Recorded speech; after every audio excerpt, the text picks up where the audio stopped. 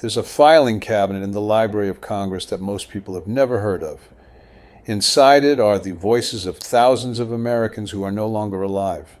Not audio recordings, not photographs, written testimonies. Page after page of interviews collected between 1936 and 1940 by government writers who were sent across 24 different states with one very simple instruction. Talk to the oldest people you can find and record what they remember before it disappears forever. This effort was called the Federal Writers Project, part of Franklin Roosevelt's New Deal. At the time, it gave work to unemployed journalists, novelists, teachers, and researchers during the Great Depression, but the mission they carried out ended up becoming something much bigger than a jobs program. It became one of the largest attempts in American history to capture living memory before it vanished. In total, they collected around 2,900 life histories, then those documents were filed away in the Library of Congress, where most of them sat largely unread for nearly 40 years. I didn't go looking for those interviews. I actually found them by accident. Originally, I was researching architectural records from the 1870s. I kept running into something strange. Courthouses, government buildings, public structures from that era. Their proportions didn't seem to match the people who supposedly used them. Doorways felt oversized, ceilings unusually tall, entire layouts seemed scaled differently than what we expect today. At first, I thought it was just a design trend. But the deeper I went into the archives, the more I realized the buildings weren't the real mystery. The people were, because those 2,900 interviews captured something no textbook ever really can. First-hand memories from Americans who were alive before everything changed. And what they describe doesn't always match the version of history we were taught. Let me explain what I mean by that. Think about the timeline for a moment. An American born in 1855 who lived to the age of 85 would have died around 1940. That wasn't unusual. Plenty of people lived that long, which means when those Federal Writers Project interviewers knocked on doors in the late 1930s, they were speaking directly with people who had grown up in the 1860s and 1870s. They weren't reading history. They were remembering it. And their grandchildren, the children born in the 1920s and 1930s, grew up hearing those memories firsthand. That generation became the final living link to what their grandparents described as a completely different America. Most of those grandchildren are now gone, which means those interviews may be one of the last surviving bridges back to that earlier world, and there were a lot more witnesses than people realize. Mary Kelly, for example, was born in 1851 in Southfield, Michigan. She lived to be 113 years old and didn't pass away until 1964. She was born before the Civil War and lived long enough to watch television become common in American homes. Another woman named Maggie Barnes was born in the early 1880s to a formerly enslaved mother. She lived until 1998 in North Carolina, reaching approximately 115 years old. These weren't isolated cases. Modern gerontology researchers have verified at least 16 supercentenarians born in the 1850s alone. Dozens more lived past 100. Hundreds lived past 90. That means there was an entire generation of Americans whose memories stretched across two completely different eras of the country's development. The government had a chance to record many of them. Instead, it recorded 2,900, and then the project stopped. In 1939, the Federal Writers Project was defunded after congressional hearings shifted control back to the states. Funding dried up, interviews ended, and the effort quietly shut down before it could expand nationwide. The transcripts were boxed up. They weren't widely published or accessible until the 1970s. 30 years passed with almost no public attention given to what might have been the last large collection of first-hand testimony from Americans who remembered life before the industrial transformation of the late 19th century. So the question becomes, before what exactly? That's where one particular date keeps appearing in the background of these stories. October 8th, 1871.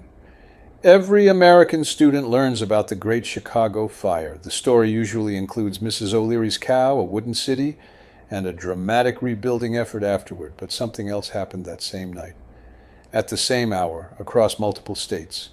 In Wisconsin, the town of Peshtigo was consumed by a massive firestorm that destroyed nearly everything in about an hour. Between 2,000 and 2,500 people died, making it the deadliest wildfire in American recorded history.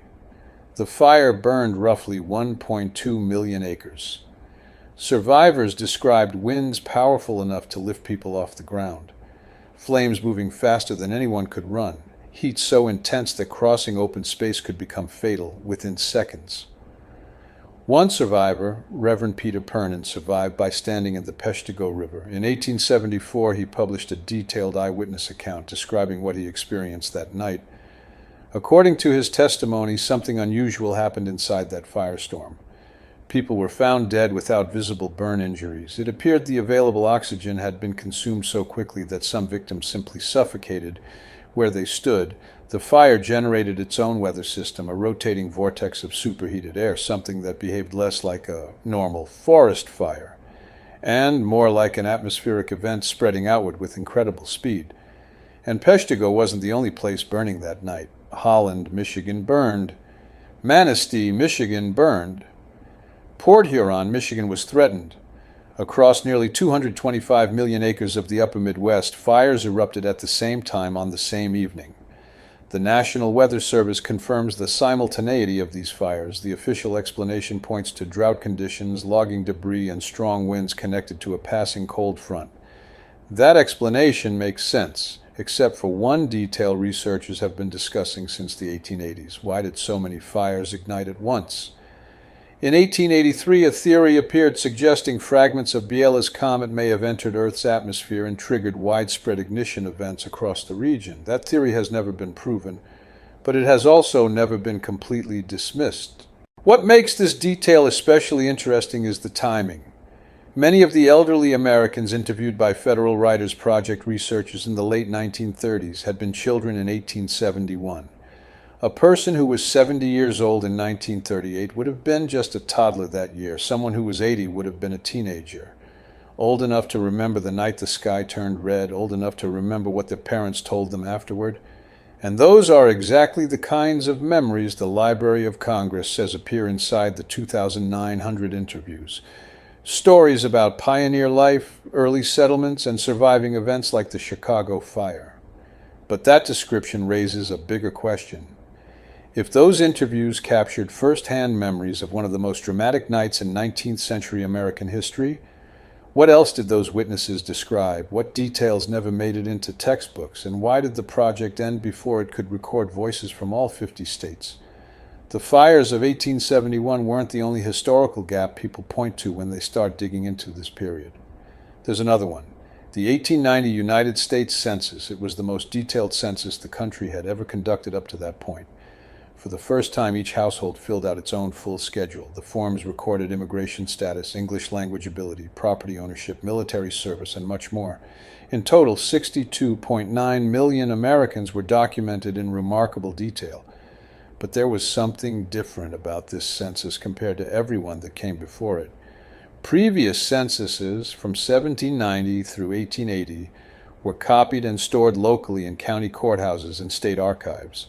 That meant there were backups across the country. The 1890 census wasn't handled that way. Instead, it existed primarily in one location, the basement of the Commerce Department building in Washington, D.C. Then, on January 10, 1921, a fire broke out in that basement. About 25% of the census records were destroyed immediately. Another 50% were badly damaged by water and smoke. Investigators never reached a definitive conclusion about what caused the fire. Possible explanations included faulty wiring, a discarded cigarette, or even spontaneous combustion from materials stored nearby. But what happened next is what makes historians pause.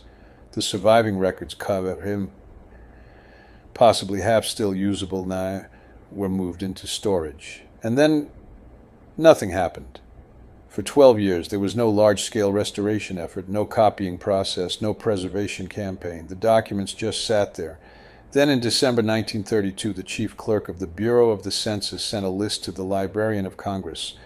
The list included government records scheduled for disposal. The 1890 census was on it. The Librarian of Congress was asked to identify anything worth preserving. None of the remaining census material was selected. Congress approved its destruction on February 21, 1933. The following day, February 22nd, President Herbert Hoover laid the cornerstone for the National Archives building, a fireproof facility designed specifically to prevent losses exactly like this one from happening again. Out of nearly 63 million recorded names, only about 6,160 survive today. For genealogists and historians, that loss is enormous. It removed what could have been one of the clearest snapshots of American life during a period of rapid national transformation. And the census wasn't the only major social shift happening during those decades. Between 1854 and 1929, roughly 250,000 children were placed on trains departing cities like New York, Boston, and Philadelphia. They were transported westward to rural communities across the Midwest and beyond.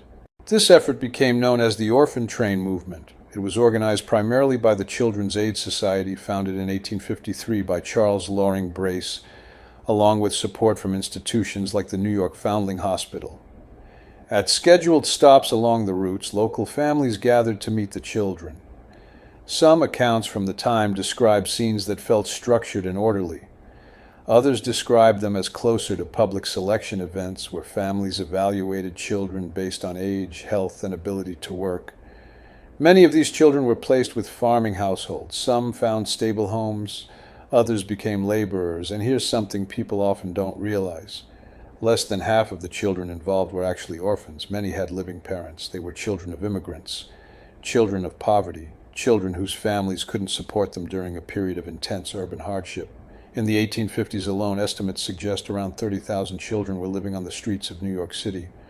Placement through the orphan train system was seen at the time as a social solution. But there was another consequence. Older children were often encouraged, and sometimes required, to cut ties with their previous identities. Contact with biological families became difficult or impossible. Names changed. Records were incomplete or inaccurate. In many cases, documentation simply didn't exist. That meant thousands of Americans grew up without knowing exactly where they came from. By the time they became grandparents themselves, many could only pass along fragments of their own stories. And the timeline of this movement overlaps closely with the same decades historians identify as a period of dramatic change across the country. The orphan trains ran from 1854 to 1929.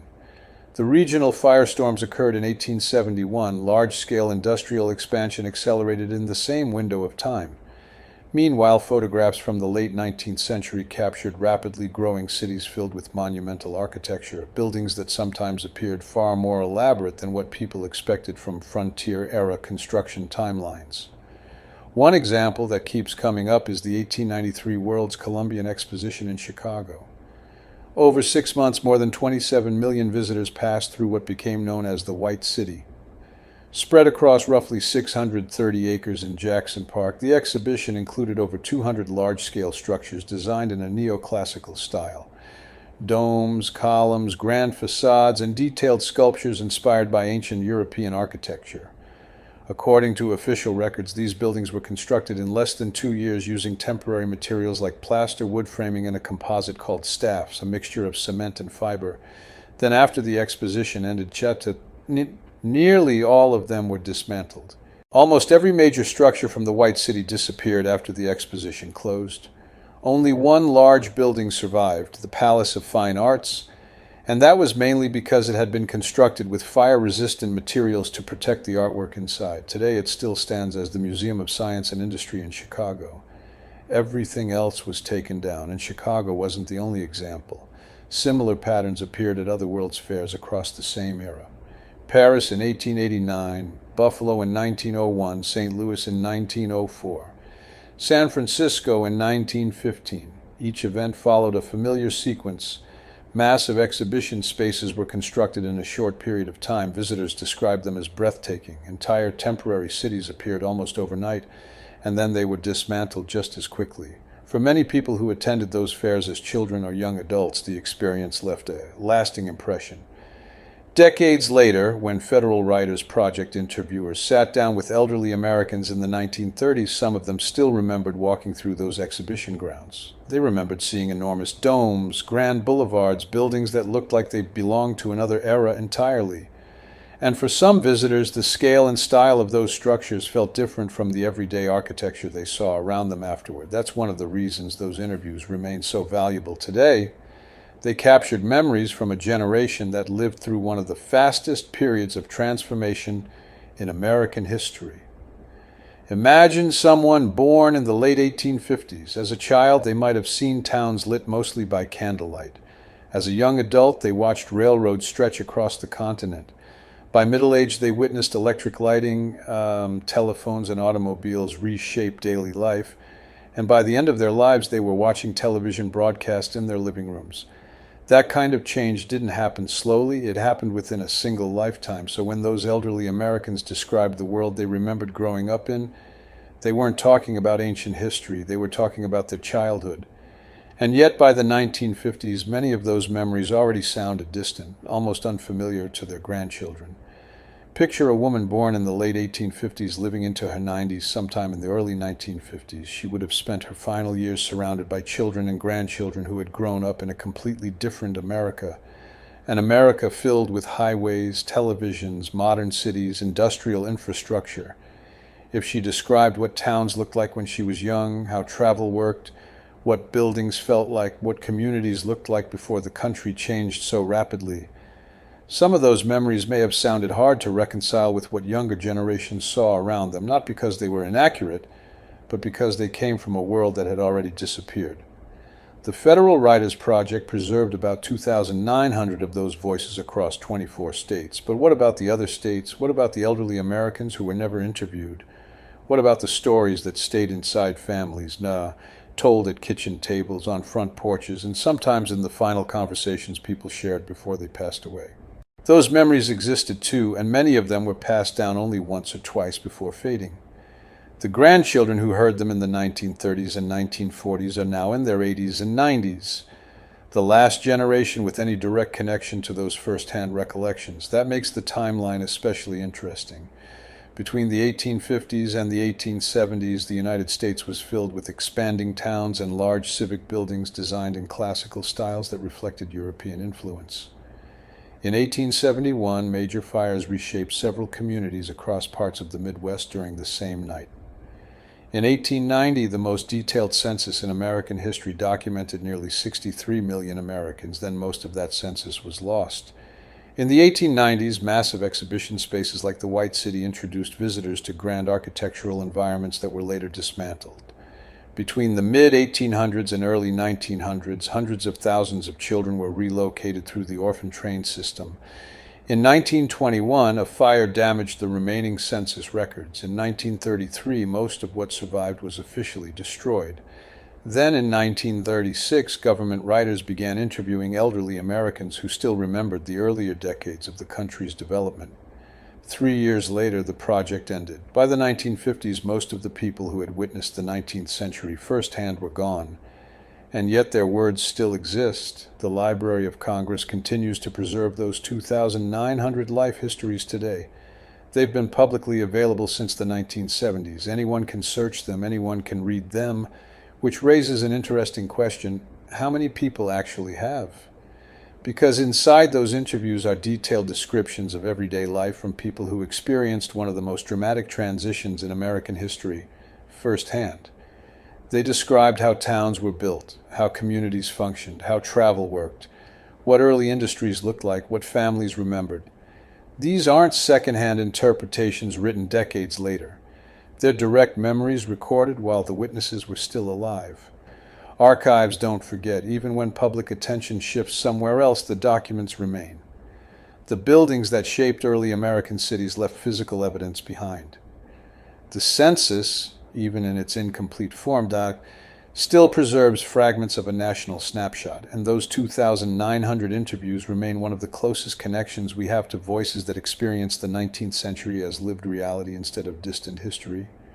Somewhere inside those pages are stories that haven't been widely discussed in classrooms or documentaries, not because they were hidden, but because very few people have taken the time to read all of them together. And sometimes the most interesting pieces of history aren't the ones that were erased. They're the ones that have been quietly waiting in the archives the entire time.